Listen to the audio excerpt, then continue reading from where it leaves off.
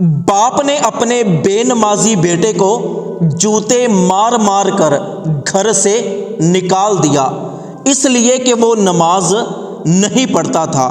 بوڑھا باپ اپنے بیٹے سے کہنے لگا کہ اگر تو نے نماز نہیں پڑھنی تو تیرے جیسے بیٹے کے لیے میرے گھر میں کوئی جگہ نہیں ہے، جا جا کر جہاں مرضی رہ۔ یہ سارا منظر ہمسایہ دیکھ رہا تھا۔ نوجوان بیٹا اٹھا، اپنے باپ سے کہنے لگا کہ ابو جی، میں آپ کی اکلوتی اولاد ہوں، بڑھاپے میں آپ کا سہارا ہوں، اگر میں چلا گیا تو تیرا سہارا کون بنے گا؟ ذرا ایک مرتبہ سوچ لو، نہیں تو میں نے واقعی گھر چھوڑ کے چلے جانا ہے۔ تو بوڑھے باپ نے بیٹے کو 2-3 جوتے مارے اور کہا کہ جا، تیرے جیسا بیٹا مجھے نہیں چاہیے، جب تو ٹھیک ہو جائے، نمازی بن جائے تو میرے گھر میں آ جانا۔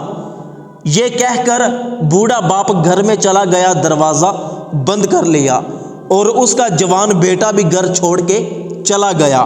وہ ہمسایہ جس نے یہ سارا منظر دیکھا تھا، وہ اس بوڑھے آدمی کا دروازہ آ کر کھٹکھٹانے لگا۔ بوڑھا آدمی باہر آیا تو اس نے پوچھا کیا کام ہے؟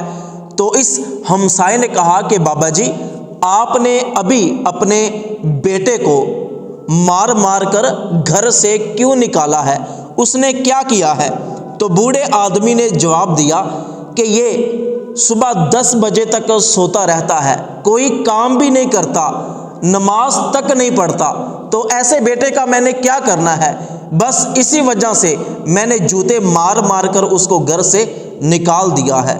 ہمسائے نے یہ جواب سن کر کہا کہ ٹھیک ہے، وہ چلا گیا۔ اب یہ جوان لڑکا جو گھر چھوڑ کر آیا تھا، اپنے ایک دوست کے پاس آیا، اس کو آ کر اس نے سارا واقعہ سنایا۔ کہنے لگا کہ یار، مجھے تم اپنے گھر میں رکھ لو، میں تمہارے ساتھ رہنا چاہتا ہوں۔ تو دوست نے کہا کہ نہیں بھائی، میرے گھر میں تمہارے لیے کوئی جگہ نہیں ہے، میرے گھر میں میری فیملی رہتی ہے، تو میں تمہاری اور معاملات میں تو مدد کر سکتا ہوں، لیکن اس معاملے میں تمہاری کوئی مدد نہیں کر سکتا۔ یہ کہہ کر وہ چلا گیا۔ پھر یہ اپنے ایک اور دوست کے پاس گیا، اس سے بھی جا کر اس نے یہی کہا کہ مجھے رہنے کے لیے کوئی جگہ دے دو، میرے باپ نے مجھے گھر سے نکال دیا ہے۔ تو اس دوست نے بھی کہا کہ نہیں، میرے گھر میں بھی کوئی جگہ نہیں ہے، اور معاملے میں تو میں تمہاری مدد کر سکتا ہوں، لیکن تمہیں رہائش نہیں دے سکتا۔ تو یہ نوجوان سارے دوستوں کے پاس گیا، لیکن کسی نے بھی اس کی مدد نہ کی۔ تو بہت زیادہ پریشان تھا کہ آخر میں کہاں رہوں، کہاں رات گزاروں، کہاں مجھے سونا پڑے گا۔ تو اس نوجوان نے یہ سوچا کہ سر چھپانے کے لیے، آرام کرنے کے لیے مجھے اللہ کے گھر، مسجد سے بہتر کوئی بھی جگہ نظر نہیں آ رہی۔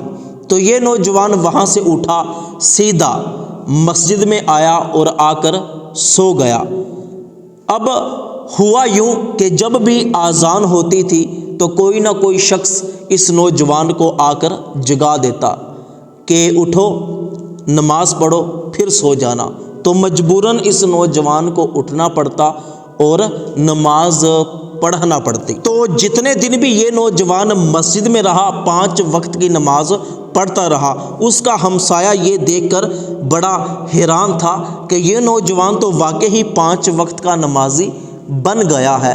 آخر کار شرمندہ ہو کر یہ نوجوان اپنے ہمسائے سے کہنے لگا کہ میں اپنے کیے پر، اپنی حرکتوں پر شرمندہ ہوں، میں اپنے بوڑھے باپ سے معافی مانگنے کے لیے بھی تیار ہوں، اور میں وعدہ کرتا ہوں کہ میں آج کے بعد 5 وقت کی نماز باجماعت ادا کروں گا۔ آپ میرے گھر، میرے باپ کے پاس جائیں اور اس سے کہیں کہ وہ مجھ سے صلح کر لے۔ تو ہمسائے نے کہا کہ ٹھیک ہے، بہت اچھی بات ہے۔ تو وہ ہمسایہ سیدھا اس نوجوان کے باپ کے پاس گیا، جا کر کہنے لگا کہ آپ کا بیٹا آپ سے معافی مانگتا ہے اور وہ وعدہ کرتا ہے کہ وہ 5 وقت کی نماز پڑھے گا۔ تو بوڑھے شخص نے کہا کہ واقعی آپ ٹھیک کہہ رہے ہو؟ اس نے کہا کہ ہاں۔ تو وہ دونوں مسجد میں آ گئے۔ وہ نوجوان سویا ہوا تھا۔ بوڑھے باپ نے آ کر نوجوان کو جگایا اور اپنے بیٹے سے کہنے لگا، کیا واقعی ہی میرے ساتھ یہ تو وعدہ کرتا ہے کہ آج کے بعد 5 وقت کی نماز پڑھے گا اور سارے برے کام چھوڑ دے گا؟ تو بیٹے نے کہا کہ ہاں ابو جی، میں آپ سے وعدہ بھی کرتا ہوں اور معافی بھی مانگتا ہوں، آج کے بعد میں 5 وقت کی باجماعت نماز ادا کروں گا اور سارے برے کام چھوڑ دوں گا۔ تو اس طرح باپ اور بیٹے میں صلح ہو گئی۔ تو دوستو، حدیث مبارکہ میں آتا ہے کہ جب اولاد جوان ہو جائے اور دین کے احکامات پر عمل نہ کرے تو اپنے گھر میں کوڑا لٹکا کے رکھو۔